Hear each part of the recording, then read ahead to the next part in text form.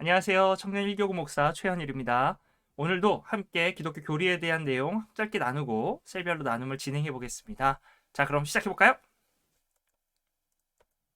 네, 오늘 모임 진행하실 때도 나눔 질문 돌아가면서 나눠주시고 나눔 시 한 명 서기를 정해서 기록해 주세요. 한 주간 근황이나 기도 제목도 함께 나눠주시고요. 마무리는 구성원 중 한 명이 기도로 맞춰주시기 바랍니다. 셀 모임 기록도 잊지 말아주세요. 오늘 나누실 주제는 세 가지입니다. 나는 무슨 기도를 하는가, 또 얼마나 기도하고 있는가. 네, 하나님께 내가 무슨 기도하는지 한번 나눠보시고요. 그리고 기도할 때 하나님께서 나에게 응답하실 것이라는 확신이 있는지, 확신이 있다면 그 확신의 근거가 무엇인지, 세 번째로 내가 세상에 하나님을 드러냈던 경험이 있는지 한번 나눠보시고요. 내가 어떤 행동을 했을 때 하나님의 이름이 드러나거나 하나님의 모습이 사람들에게 보여지는 경험이 있으면 나눠주시고, 혹은 하나님의 이름을 드러내기 위해 무엇을 할 수 있을지에 대해서도 함께 나눠보시면 좋겠습니다. 네, 그러면 영국 웨스트민스터 107개의 기독교 기본 교리에 대해서 나눌 때 오늘 이제 98번째 문항 오늘 나가게 되는데요. 함께 나눠보시죠. 먼저 기도가 무엇인가 98번째 질문으로 물어보고 있습니다. 기도가 무엇일까? 여러분, 기도가 무엇일까요? 네, 말씀을 잠깐 보시면요. 요한복음 16장 23절에 보면 너희가 아버지께 구하는 것은 무엇이나 아버지께서 내 이름으로 주실 것이다 라고 하는데, 여기서 이 말씀을 하시는 분은 바로 예수님이에요. 예수님이 내 이름으로 주실 것이다. 하나님 아버지께서 내 이름으로 주실 것이다. 그래서 우리가 기도할 때 예수님 이름으로 구해야 되거든요. 그래서 우리가 기도 끝난 다음에 항상 마지막에 하는 말이 있죠. 예수님의 이름으로 기도드립니다. 아멘. 이렇게요. 네, 그래서 기도를 예수님의 이름으로 우리가 구하도록 기도에 대해서 예수님께서 알려주고 계시고요. 그리고 요한 1서 5장 14절에 보면 우리가 하나님에 대하여 가지는 담대함, 어떻게 보면 용기는 무엇이든지 우리가 하나님의 뜻을 따라 구하면 하나님께서 우리의 청을 들어주신다는 겁니다.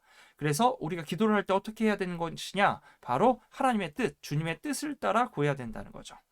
계속해서 말씀 보시면 시편 66편 18절 말씀에서는요. 내가 마음속으로 악한 생각을 품었더라면 주님께서 나에게 응답하지 않았을 것이다.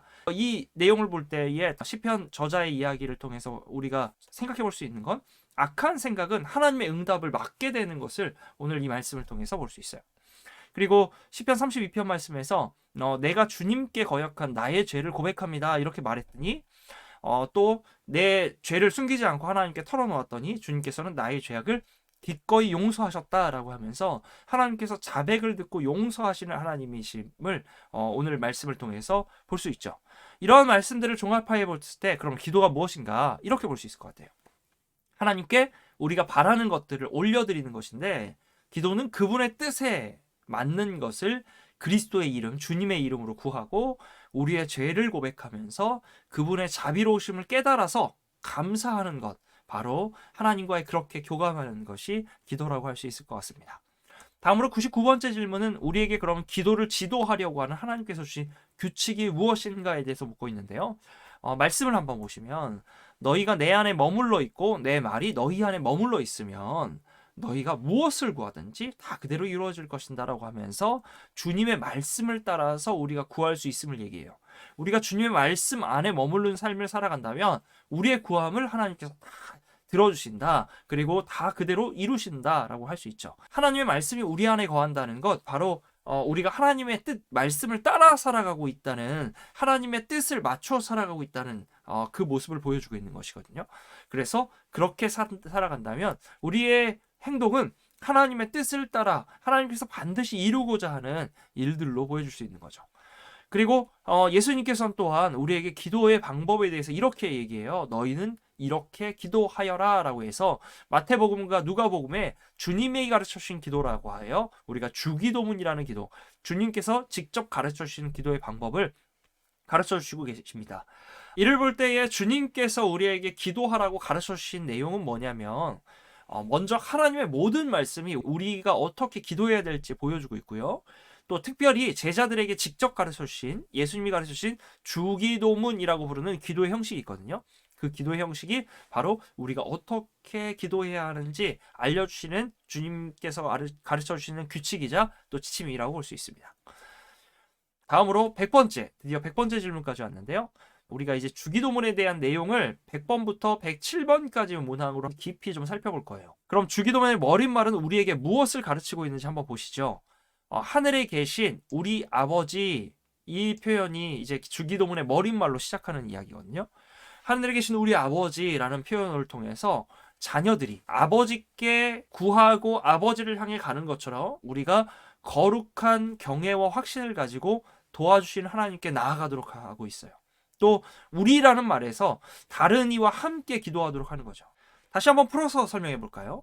하늘에 계신 우리 아버지라는 머릿말로 부르면서 하나님을 우리의 아버지로 고백하는 마음으로 아버지께 자녀가 나아가듯 우리가 하나님께 자녀로서 나아갈 수 있게 하심을 이 머릿말을 통해서 보여주고 있고요. 그런데 나의 아버지가 아니라 우리 아버지라고 하심은 나뿐만 아니라 다른 자녀들이 함께 있는 거죠. 다시 말하면 다른 자녀들도 나와 같이 똑같은 하나님의 자녀로서 함께 구하는 자들이 됨을 볼 수 있고요. 그리고 내가 구하는 뿐만 아니라 나와 함께하는 나의 친구, 형제, 자매가 바로 그들을 위해서도 함께 하나님 아버지께 구해야 되는 또 중보의 책임을 오늘 말씀에 하늘에 계신 우리 아버지라는 머릿말을 통해서 볼 수 있습니다. 마지막으로 본격적인 기도를 시작하면서 첫 번째 간구를 통해 우리는 무엇을 기도할 수 있는지에 대해서 볼까요? 첫 번째 간구는 이렇습니다. 이름이 거룩히 여김을 받으시오며 라는 고백이거든요. 여기서 하나님이 스스로 나타내는 모든 일, 다시 말하면 하나님의 이름이 세상 가운데 드러나는 그 모든 일에서 우리와 다른 사람들이 하나님을 영화롭게 하도록 또한 오직 하나님만 그 영광을 받으시기를 구하는 기도를 볼 수 있어요. 그런데 여기서 이름이 거룩히 여김을 받는다라는 내용을 조금 더 풀어보자면 이런 생각을 해볼 수 있을 것 같아요. 이름이 뭐예요? 그 사람의 존재거든요. 그럼 이름이 드러난다, 이름이 나타난다, 하나님의 이름이 나타나면 하나님을 드러내는 것으로 볼 수 있어요.